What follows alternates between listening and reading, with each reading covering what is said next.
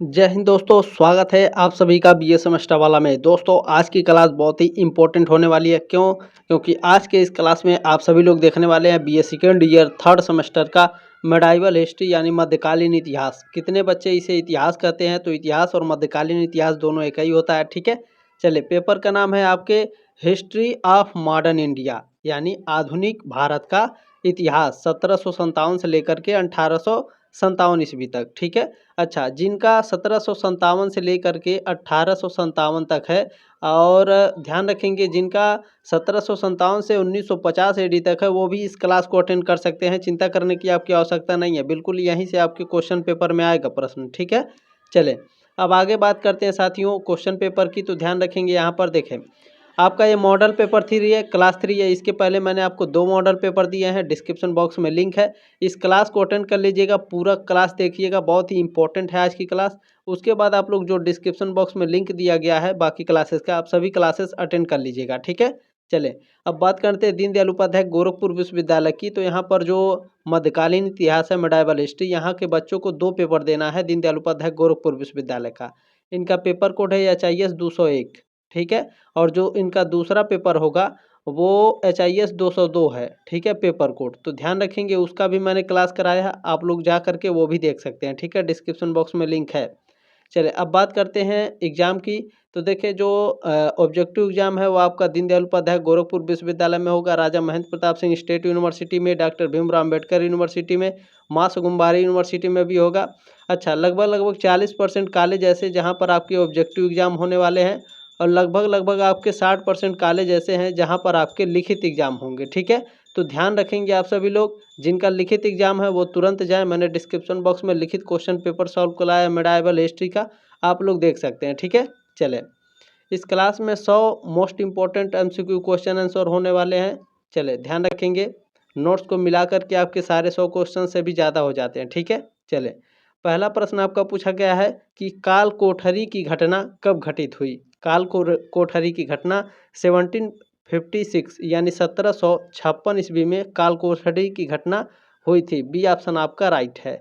अब ये काल कोठरी की घटना क्या है? तो ध्यान रखेंगे आप लोग, देखें काल कोठरी की घटना 20 जून 1756 को कोलकाता में हुई थी। आपके एग्जाम में पूछा जाता है काल कोठरी की घटना किस स्थान पर हुई थी?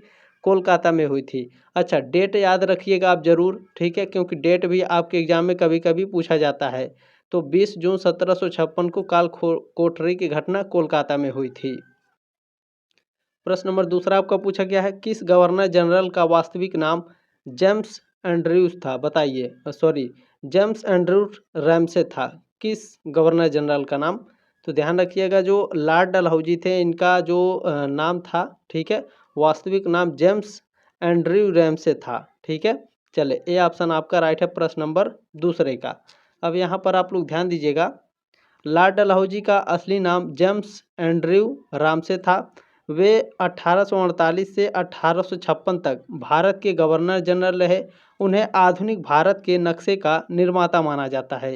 इनका शासनकाल पूछेगा लॉर्ड डलहौजी का शासनकाल कब से कब तक रहा भारत में? ठीक है, जो वायसराय थे लॉर्ड डलहौजी, इनका शासनकाल कब से कब तक भारत में रहा? 1848 से 1856 तक। ठीक है, अच्छा, पूछा जाता है जो आधुनिक नक्शा है भारत का, इसके निर्माता कौन है? लॉर्ड डलहौजी हैं। ठीक है, चले प्रश्न नंबर 3 आपका क्या पूछा गया है, ध्यान से देखेंगे।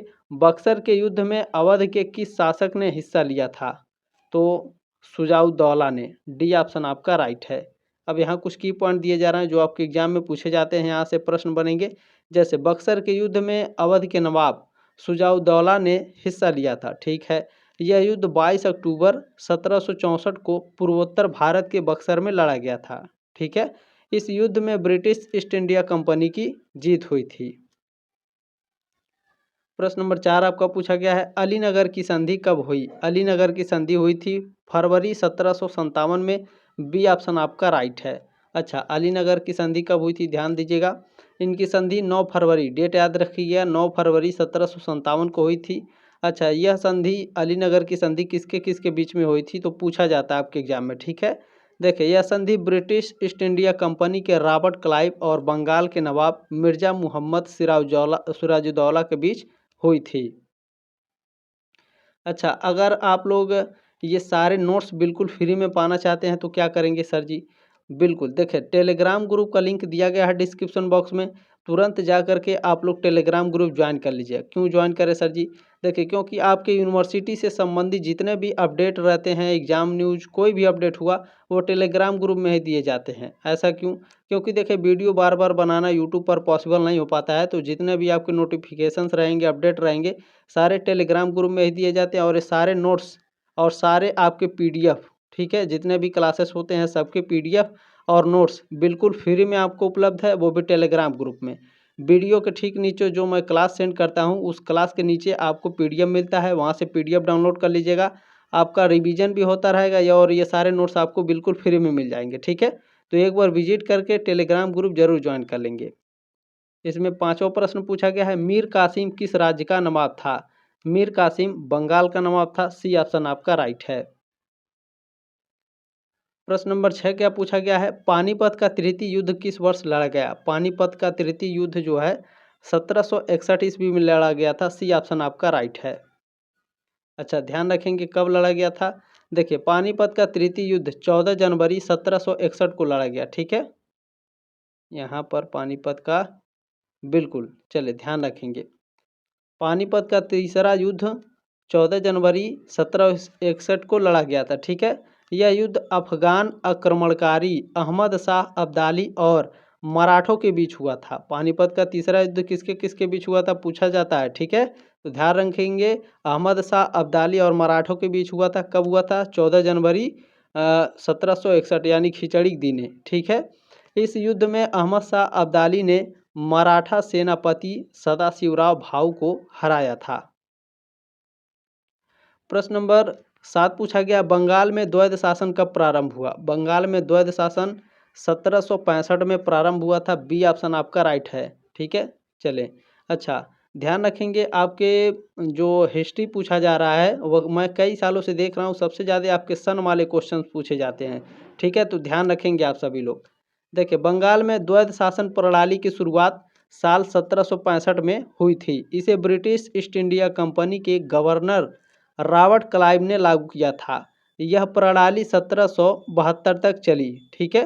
ध्यान रखेंगे, भारत में द्वैध शासन प्रणाली की शुरुआत कब हुई थी? 1765 में। भारत में जो द्वैध शासन प्रणाली है किसने लागू किया था? रॉबर्ट क्लाइव ने, ठीक है। और कब तक चली थी? 1772 तक। 1765 से 1772 तक चली।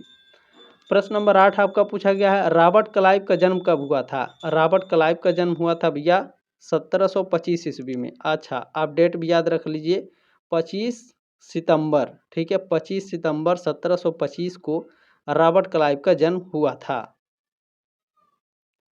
प्रश्न नंबर 9 आपका क्या पूछा गया है, अंग्रेजों के बाद भारत में आए, अंग्रेजों के बाद भारत में कौन आया था? डेनिस आए थे। ए ऑप्शन आपका राइट है। अंग्रेजों के पहले भारत में कौन आया था? पुर्तगाली आए थे, ठीक है। डेनिस के बाद कौन आया था भारत में? ये भी एग्जाम में पूछा जाता है। देखिए, कॉम्पिटिटिव एग्जाम की आप तैयारी करते हैं तो भी बिल्कुल बहुत ही शानदार क्लास है आपके लिए, ठीक है। देखें, भारत में यूरोपीय शक्तियों का आगमन इस क्रम में हुआ था। किस क्रम में भैया? सबसे पहले पुर्तगाली आए, इसके बाद डच आए थे, डच के बाद फिर कौन आए थे? अंग्रेज, ठीक है। अच्छा, अंग्रेज के पहले डच आए थे, सॉरी, ठीक है। अंग्रेज के पहले डच आए थे और डच के पहले पुर्तगाली आए थे, ठीक है। सॉरी इसके लिए, पहले पुर्तगाली आए, उसके बाद डच आए थे, उसके बाद अंग्रेज आए थे, इसके बाद डेनिस आए थे और आखिर में फ्रांसीसी आए थे हमारे देश में, ठीक है। ध्यान रखेंगे, बहुत ही ये इम्पोर्टेंट है। चले, प्रश्न नंबर 10 आपका पूछा गया है, डेनिसों ने अपनी सभी भारतीय वाणिज्यिक कंपनियों को अंग्रेजों को कब बेचा? तो 1845 ईस्वी में जितने भी डेनिस कंपनी थी ये सब ससुरे अंग्रेज को बेच करके चले गए, ठीक है। ध्यान रखेंगे, ये ऑप्शन आपका राइट है। प्रश्न नंबर 11 आपका क्या पूछा गया है, फ्रेंच ईस्ट इंडिया कंपनी की स्थापना कब हुई? फ्रेंच ईस्ट इंडिया कंपनी की स्थापना 1664 ईस्वी में हुई थी, ठीक है। 1 सितंबर, डेट भी याद रखिएगा आप लोग, 1 सितंबर 1764 को फ्रेंच ईस्ट इंडिया कंपनी की स्थापना हुई थी। प्रश्न नंबर 12 आपका पूछा गया है, डचों ने अंग्रेजों की सहायता से पांडिचेरी को कब छीन लिया? तो इसको छीना गया था 1697 में। ए ऑप्शन आपका राइट है। प्रश्न नंबर 13 आपका क्या पूछा गया है, कर्नाटक का प्रथम युद्ध कब हुआ था। कर्नाटक का प्रथम युद्ध 1746 से 1748 के बीच में हुआ था। ये ऑप्शन आपका राइट है। प्रश्न नंबर 14 आपका पूछा गया है, पुरंदर की संधि किस वर्ष हुई। पुरंदर की संधि कब हुई थी। 1776 ईस्वी में पुरंदर की संधि हुई थी। सी ऑप्शन आपका राइट है। अब ध्यान रखेंगे पुरंदर की संधि किसके किसके बीच हुई थी, यह भी आपके एग्जाम में पूछा जाता है। देखें, पुरंदर की संधि पर वर्ष 1776 में 1 मार्च को हस्ताक्षर किए गए थे। ठीक है, पुरंदर की संधि किसके बीच हुई थी, मराठा सम्राट छत्रपति शिवाजी और ईस्ट इंडिया कंपनी के बीच हुई थी। प्रश्न नंबर 15 है, वारेन हेस्टिंग्स बंगाल का गवर्नर कब बना। 1770 में, 1772 में, 1757 में, 1773 में, बताइए। देखिए आपके एग्जाम में सन वाले क्वेश्चन ज़्यादा पूछे जाएंगे, ये बात ध्यान रखेंगे। ठीक है, तो वारेन हेस्टिंग्स जो था ये बंगाल का गवर्नर बना था 1773 ईस्वी में। डी ऑप्शन आपका राइट है। मैं आप लोगों के लिए क्वेश्चन पेपर भी प्रोवाइड करा दूंगा। ठीक है, चिंता करने की बिल्कुल भी आवश्यकता नहीं है। एग्जाम से पहले आपको महासंग्राम रिवीजन क्लासेस में मिल जाएगी और क्वेश्चन पेपर भी मिल जाएगा। ठीक है, चलिए प्रश्न नंबर 16 है, बेदरा का युद्ध कब लड़ा गया। बेदरा का युद्ध लड़ा गया था 1759 में। डी ऑप्शन आपका राइट है प्रश्न नंबर 16 का। अब यहाँ आप लोग ध्यान रखेंगे, बेदरा या बिदर्रा की लड़ाई नवंबर 1759 में 59 ईस्वी में लड़ी गई थी। यह लड़ाई अंग्रेजों और डचों के बीच लड़ी गई थी। बेदरा की लड़ाई किसके बीच में हुई थी, बेदारा की लड़ाई। ठीक है, अंग्रेजों और डचों के बीच में। चले प्रश्न नंबर 17 आपका पूछा गया, मीर जाफर बंगाल का नवाब कब बना। मीर जाफर बंगाल का नवाब बना था 1757 ईस्वी में। सी ऑप्शन आपका राइट है प्रश्न नंबर 17 का। अब यहाँ आप लोग ध्यान रखिएगा, ये 2 बार बंगाल का नवाब बना था, इसलिए यहाँ पर बच्चे ज़्यादा कन्फ्यूज होते हैं। आपका कन्फ्यूजन मैं दूर कर दूंगा ज़िंदगी भर के लिए। ध्यान दीजिएगा आप यहाँ पर, मीर जाफ़र को 2 बार बंगाल का नवाब बनाया गया था। पहली बार इसे 30 जून 1757 को रॉबर्ट क्लाइव ने मीर जाफ़र को बंगाल का नवाब बनाया था। पहली बार 30 जून 1757 को बना था और दूसरी बार यह 1764 में बना था, बक्सर के युद्ध के बाद। ठीक है, ध्यान रखेंगे। प्रश्न नंबर 18 है आपका, अफगानिस्तान के प्रति एक जोश भरी अग्र यानी फॉरवर्ड नीति के अनुसरण करने वाला गवर्नर जनरल था। कौन था, तो लॉर्ड लिटन थे। डी ऑप्शन आपका राइट है। प्रश्न नंबर 19 क्या पूछा गया है, कलकत्ता में एशियाटिक सोसाइटी की स्थापना के समय बंगाल का गवर्नर जनरल कौन था। लॉर्ड वारेन हेस्टिंग्स थे। बी ऑप्शन आपका राइट है। अब इनके बारे में थोड़ा सा जान लीजिए। यहाँ पे कलकत्ता में एशियाटिक सोसाइटी की स्थापना के समय बंगाल के governor general Lord Warren Hastings थे।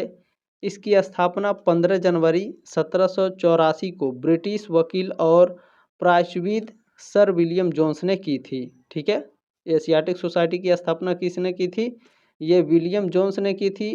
और किसने की थी, यहाँ पे इसकी स्थापना, ठीक है, ब्रिटिश वकील और विलियम जोन्स। ठीक है, 2 लोगों ने मिलकर करी थी। ध्यान रखेंगे यहाँ पर ब्रिटिश जो वकील थे उनका नाम नहीं लिखा है, डायरेक्ट ब्रिटिश वकील लिखा है। ठीक है, कोई बात नहीं है, ध्यान से आप लोग देख लेंगे। चलिए प्रश्न नंबर 20 है, सिंध पर ब्रिटिश ने कब्जा किया, यानी जो सिंध था उस पर ब्रिटिशों ने कब्जा किया था 1843 ईस्वी में। ए ऑप्शन आपका राइट है। अब यहाँ आप लोग ध्यान रखेंगे, अंग्रेज़ों ने 1843 में सिंध पर कब्जा कर लिया था। लॉर्ड एलनबरो के कार्यकाल में सिंध को ब्रिटिश साम्राज्य में मिलाया गया था। ठीक है, लॉर्ड एलनबरो भारत के गवर्नर जनरल थे और उन्होंने 1842 से 1844 तक इस पद पर कार्य किया।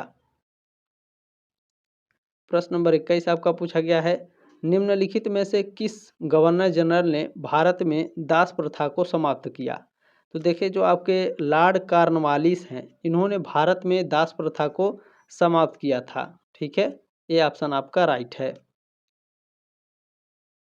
प्रश्न नंबर 22 आपका पूछा गया है, कौन भारत का वायसराय सबसे दीर्घकाल तक रहा है, यानी भारत में बहुत सारे वायसराय हुए, उस वायसराय में कौन ऐसा वायसराय था भारत में जिसका शासनकाल सबसे लंबा था।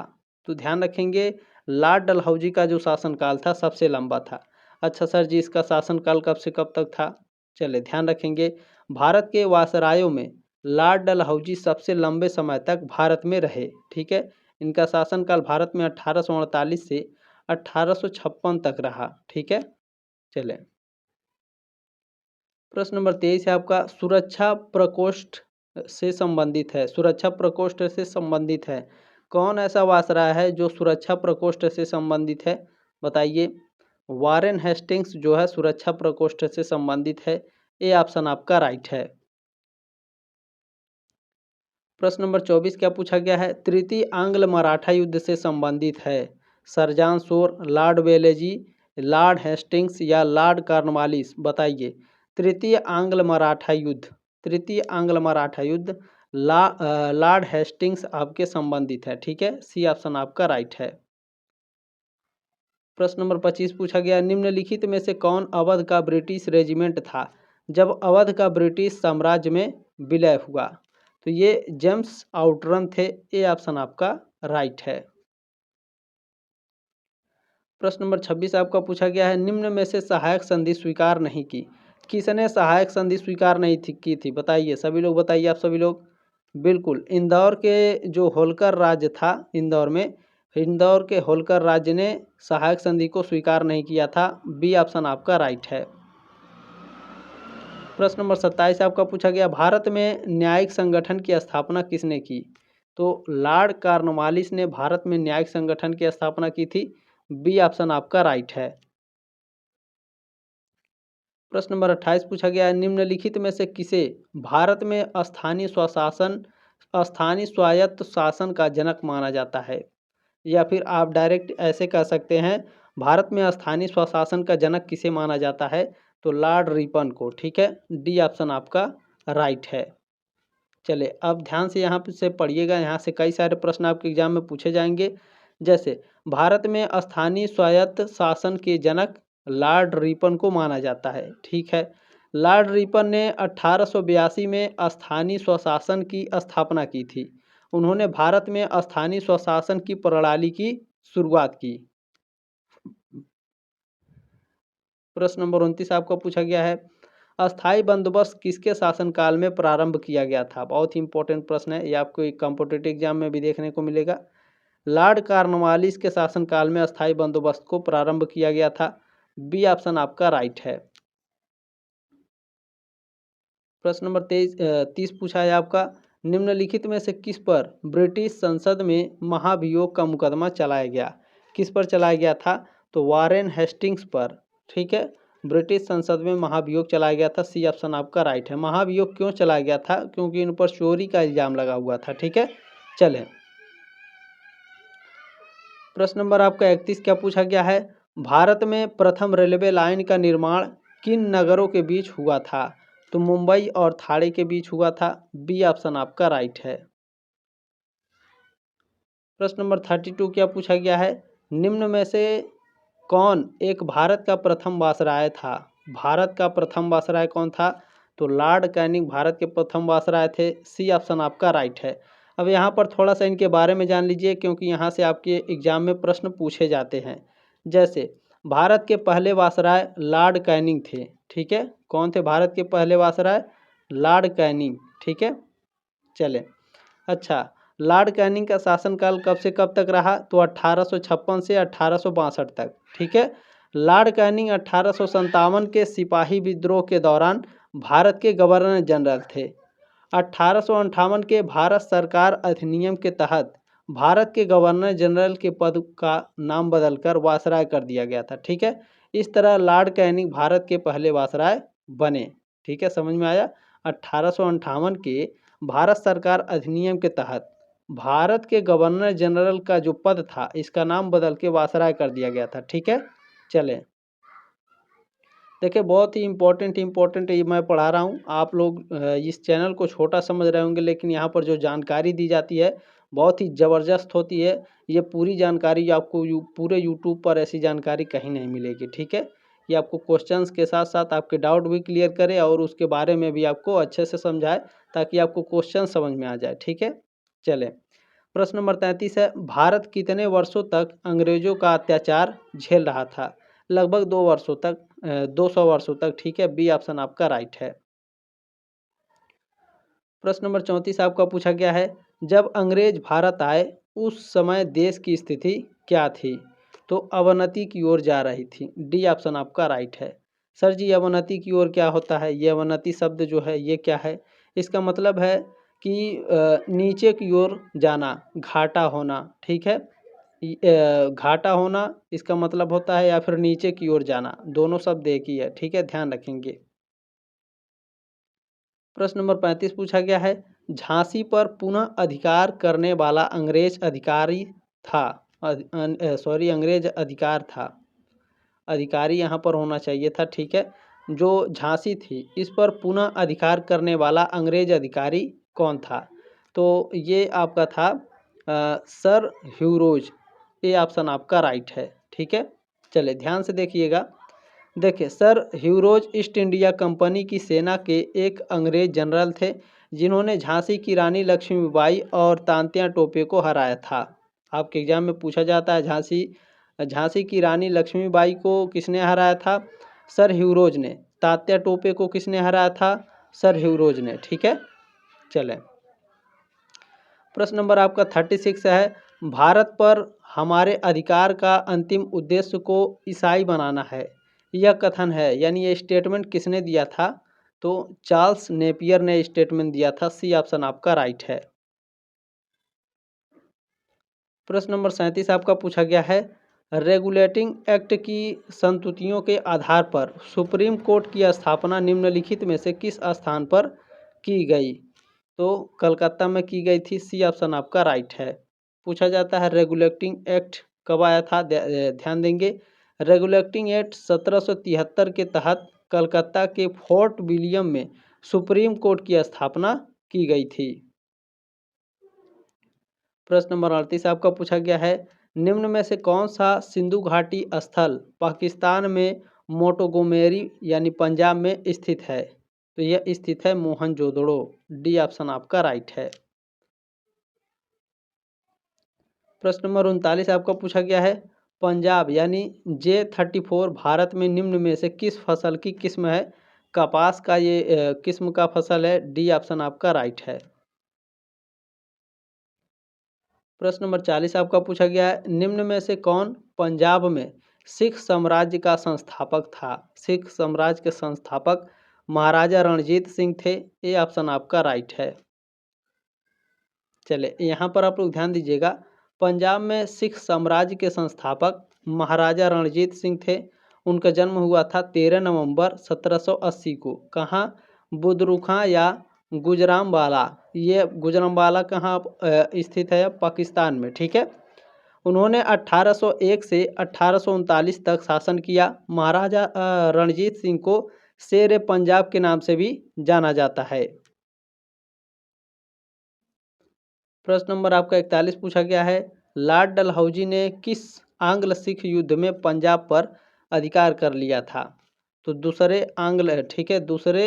आंग्ल सिख युद्ध में लॉर्ड डलहौजी ने, ठीक है, पंजाब पर अधिकार कर लिया था। बी ऑप्शन आपका राइट है।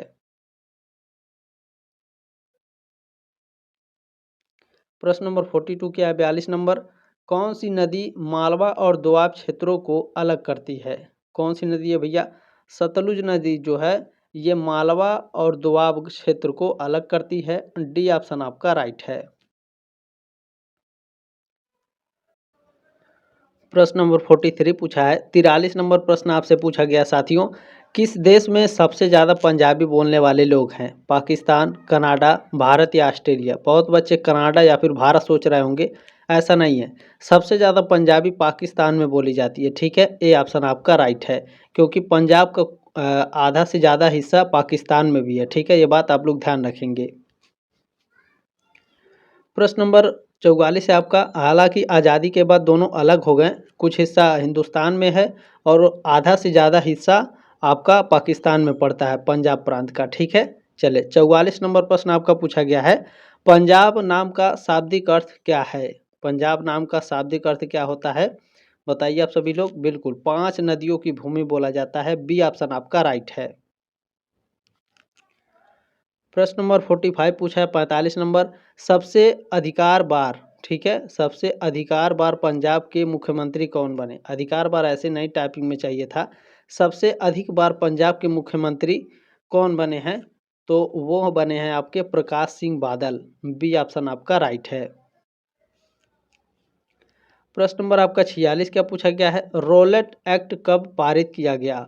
रोलेट एक्ट पारित किया गया था 1919 ईस्वी में। डी ऑप्शन आपका राइट है। चलिए आप लोग ध्यान रखिएगा, रोलेट एक्ट को 21 मार्च 1919 को दिल्ली में इंपीरियल लेजिस्लेटिव काउंसिल द्वारा पारित किया गया था। इसे काला कानून भी कहा जाता है। यह एक्ट ब्रिटिश सरकार ने भारतीय स्वतंत्रता आंदोलन को दबाने के लिए बनाया था। प्रश्न नंबर 47 है, सहायक संधि या फिर गठबंधन की प्रणाली को स्वीकार करने वाला पहला भारतीय मूल शासक कौन था, बताइए। यानी जो सहायक संधि है, ठीक है, इसको स्वीकार करने वाला पहला भारतीय शासक कौन था, तो ये थे आपके हैदराबाद के निजाम, ठीक है। बी ऑप्शन आपका राइट है। प्रश्न नंबर 48 है आपका, जलियांवाला बाग नरसंहार के परिणाम निम्न में से कौन नहीं था, तो पंजाब में अस्थायी शांति। सी ऑप्शन आपका राइट है। प्रश्न नंबर 49 आपका पूछा गया है, क्या पूछा गया है, चले, भारतीय राष्ट्रीय कांग्रेस ने किस सत्र में पूर्ण स्वराज को अपना लक्ष्य घोषित किया, तो लाहौर अधिवेशन 1929 में, ठीक है। ए ऑप्शन आपका राइट है। अब यहाँ आप लोग ध्यान से देखिएगा, देखें, भारतीय राष्ट्रीय कांग्रेस ने 19 दिसंबर 1929 को अपने लाहौर अधिवेशन में ऐतिहासिक पूर्ण स्वराज यानी पूर्ण स्वतंत्रता प्रस्ताव पारित किया था।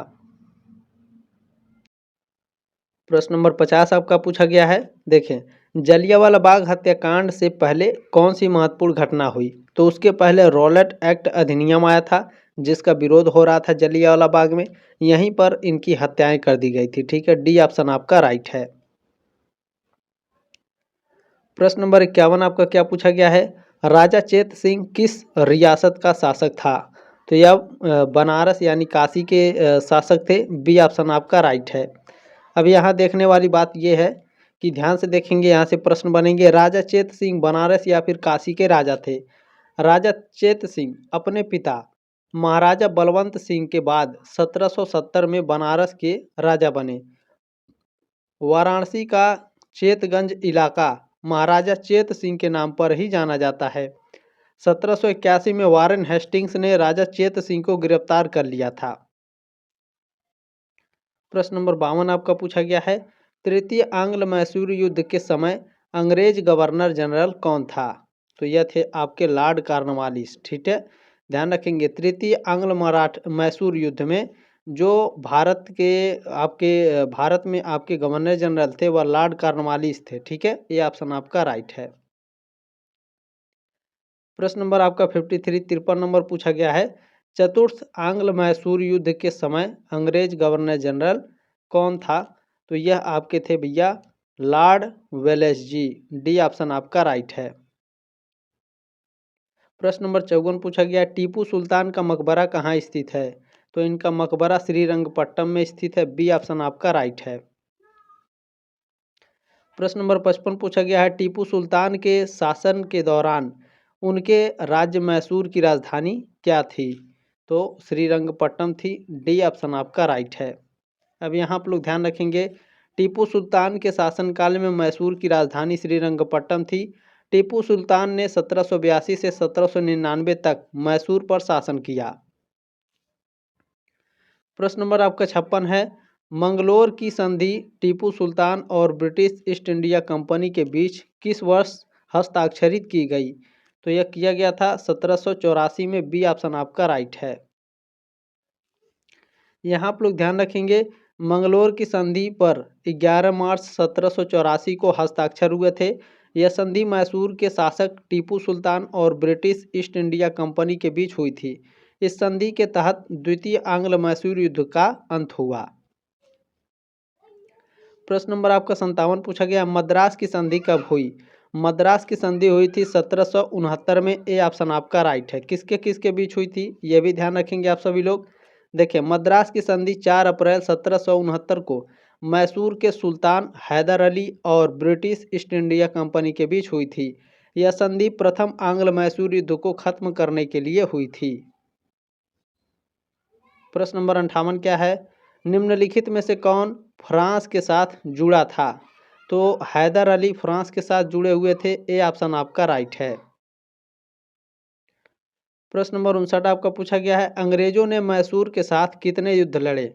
अंग्रेजों ने मैसूर के साथ कुल 4 युद्ध लड़े थे, बी ऑप्शन आपका राइट है। सर जी अंग्रेजों ने मैसूर के साथ 4 युद्ध लड़े, तो वो 4 युद्ध कौन कौन सा है? बिल्कुल ध्यान से देखेंगे। 4 युद्ध लड़े थे, ये युद्ध एंग्लो मैसूर युद्ध के नाम से जाना जाता है, ठीक है। देखें पहला एंग्लो मैसूर युद्ध 1766 से 1769 के बीच लड़ा गया था, और जो दूसरा एंग्लो मैसूर युद्ध था ये 1780 से 1784 के बीच लड़ा गया था। क्यों बता रहे हैं सर जी? क्योंकि ये आपके एग्जाम में पूछा जाएगा, ठीक है। आगे देखें, तीसरा एंग्लो मैसूर युद्ध यह 1790 से 1792 के बीच लड़ा गया था। इस युद्ध में अंग्रेजों और हैदराबाद के निजाम और मराठों के बीच गठबंधन था। इस युद्ध का अंत 18 मार्च 1792 को श्रीरंगपट्टनम की संधि के साथ हुआ था। चौथा एंग्लो मैसूर युद्ध, यह युद्ध 1798 से 1799 के बीच लड़ा गया था। यह युद्ध टीपू सुल्तान की मृत्यु के साथ खत्म हुआ था। प्रश्न नंबर 60 आपका क्या पूछा गया है, टीपू सुल्तान आखिरकार किसके हाथों हार गया? बताइए। बिल्कुल लॉर्ड वेलेस्ली के हाथों टीपू सुल्तान हार गए थे, बी ऑप्शन आपका राइट है। प्रश्न नंबर 61 आपका क्या पूछा गया है, टीपू सुल्तान का राज्याभिषेक कब हुआ? टीपू सुल्तान का राज्याभिषेक हुआ था 22 दिसंबर 1782, ये ऑप्शन आपका राइट है, ठीक है। कहीं कहीं यह आपको शायद 25 दिसंबर भी मिलता है, ठीक है, देखने को ध्यान से देख लेंगे आप लोग। चले, हालांकि 22 दिसंबर ही राइट है आपका। टीपू सुल्तान का राज्याभिषेक 22 दिसंबर 1782 को हुआ था। टीपू सुल्तान ने अपने पिता हैदर अली के बाद मैसूर की गद्दी संभाली थी। टीपू सुल्तान को टाइगर ऑफ मैसूर के नाम से भी जाना जाता है। प्रश्न नंबर आपका 62 पूछा है, आखिरी शक्तिशाली मुगल बादशाह था? आखिरी शक्तिशाली मुगल बादशाह औरंगजेब था, ये ऑप्शन आपका राइट है। उम्मीद है साथियों आपको जानकारी अच्छी लगी होगी, क्लास अच्छा लगा होगा। प्लीज़ इस क्लास को आगे जरूर शेयर करिएगा, एक लाइक जरूर कर दीजिएगा, सब्सक्राइब जरूर करिएगा, ताकि यह 4th सेमेस्टर 5th सेमेस्टर और 6th सेमेस्टर में भी मेरे साथ जरूर जुड़े रहें। जल्दी मिलते हैं आपके नेक्स्ट मॉडल पेपर में, तब तक के लिए जय हिंद, वंदे मातरम।